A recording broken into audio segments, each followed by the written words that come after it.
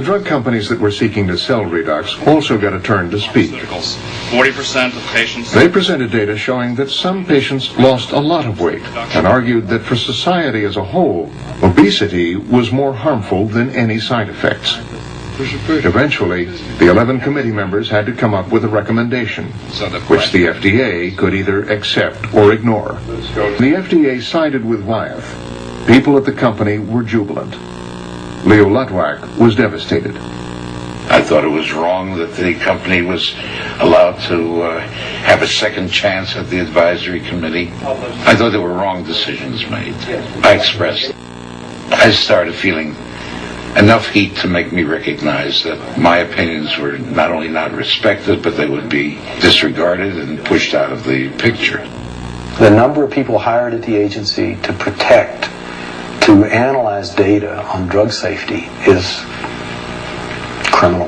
Dr. Woosley was a top candidate to head up the FDA last year and believes safety should be a much higher priority at the agency. The teams that are needed to do drug safety are infinitely more than what they've got right now. We don't have a safety system in this country. The Congress has repeatedly looked at how it wants to fund the FDA. And so, once, twice, and again last year, the Congress decided that the best way to fund the FDA was to look to the pharmaceutical industry to provide a portion of the funds to help support review. That's the decision of the Congress.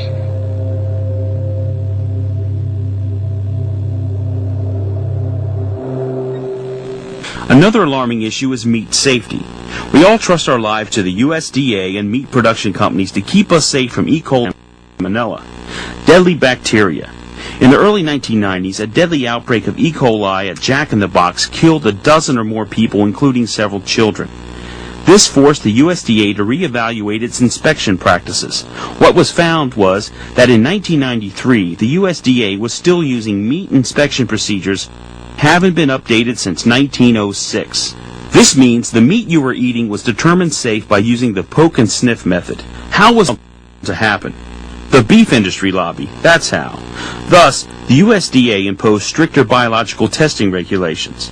But the beef industry put up a big fight. Just recently, one of the country's largest producers of hamburger, Supreme Beef, was cited for several deadly violations of salmonella contamination. Cleaning up their operation or change their practices, Supreme Beef sued the USDA trying to say that meat contaminated with salmonella was safe. 3 times, Supreme Beef, a hamburger meat grinding plant in Texas, failed a series of tests for salmonella contamination, once with nearly 50% of its meat contaminated. Instead of complying with the new standards, they sued the USDA. And this wasn't just any ground beef plant.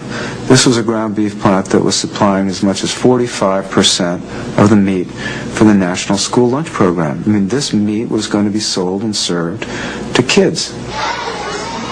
That there are hundreds or even thousands of animals that have contributed to a single hamburger. The story of this pathogen, though, really illustrates the ecological links between the health of these animals and the health of us. When you bring everything together and you make it really big and you mix up microbes from all these different places in the feedlot and then in the hamburger and then it spans out to millions of people, that's a petri dish for food poisoning. The Supreme Beef suit was supported by the National Meat Association and the American Meat Institute. AMI's Patrick Boyle says there was a principle involved. Salmonella on a raw, uncooked product is not, in and of itself, a public health risk. The Salmonella Performance Standard has no scientific underpinnings. It has no relevance in terms of the wholesomeness of the product or the cleanliness of the facility.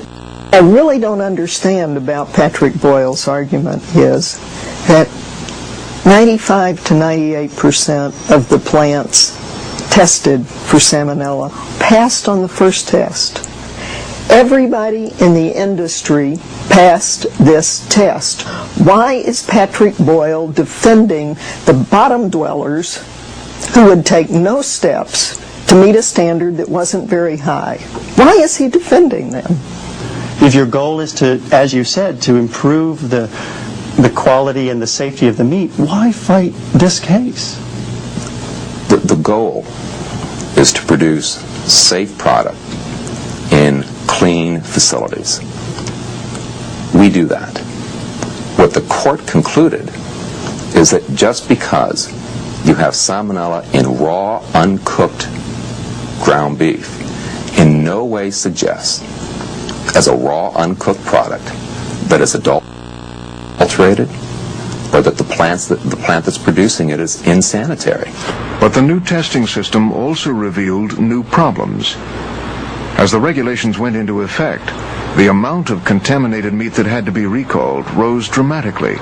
Last year alone, the USDA reported 163 recalls for microbial contamination, totaling over 100 million pounds of meat. IBP is recalling nearly 300,000 pounds of ground beef this morning. Some of the beef may have been contaminated with E. coli bacteria. The beef was shipped to at least 19 states, and most of it may already have been consumed. But many worry there are flaws in the recall system. Believe it or not, in this modern world, the USDA, which is the regulatory authority, cannot order the recall of contaminated meat from around the country. The government does not have mandatory recall authority. USDA, in their 100 years of regulating the meat industry, cannot point to a single instance where, at their suggestion, a company refused to initiate a voluntary recall. But they delay, and if you say, I got ground beef, and somebody says, yeah, how do you know? How much do I have to recall? How do you know it was that lot and this lot? And you delay 5 days or 6 days, 30% of it's gone. The company never gets that back. Somebody ate it, and they got paid for it. A recent study by the federal government shows that when a recall is on average, less than 25% of the meat is ever recovered, leading many to say that government needs mandatory recall authority.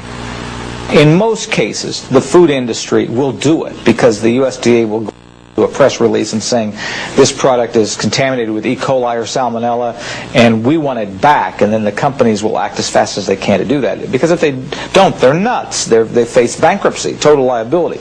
But in some cases, it's harder for them to do this than it is for the government, just with its resources. So it's a big gap in the law. And you can see now if you had food that was, let's say, contaminated with bioterrorism or some sort of nefarious activity, you'd want the government to have the power to order the recall of contaminated food.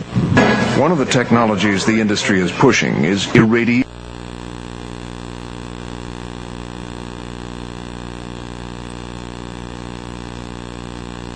They believe it would ensure the safety of ground beef from almost all pathogens. We're serving meatballs a Luigi, which are for your safety and to take care of the microbes inside. Irradiation is probably the most tested food process in history. We take the meat that we use for our meatballs for a short period of time, expose it to a little bit of radiant energy. It attacks the microbes that are lurking inside the meat, making it perfectly safe. Some consumers and retailers, and frankly some beef companies, are concerned about the market response to that technology. But today there are only 2 steps or technologies that we know will eliminate E. coli in beef, and that's cooking it properly when we handle the food or irradiating it before we purchase the food. I'm not opposed to irradiating ground beef. If I were supplying a nursing home, I'd probably make sure that the meat came in irradiated. My concern is that I don't want a system that says you can have fecal matter all over it and then irradiate it. Irradiated poop won't make you sick, but it's still poop. We won't eat filthy meat.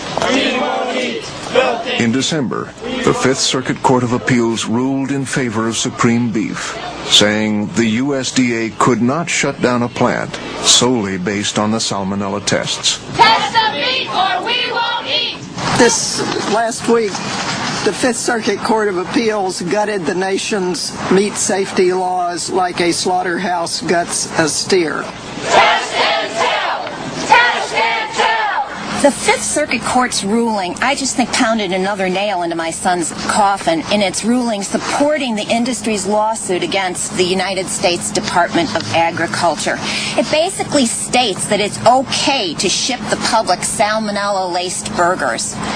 And I just find that to be just incredibly, incredibly discouraging in this day and age when we should be moving forward with food safety and strengthening the safety of our food. Instead, we're taking a giant step backward. Filthy meat kills! None of us really know how safe the meat supply is.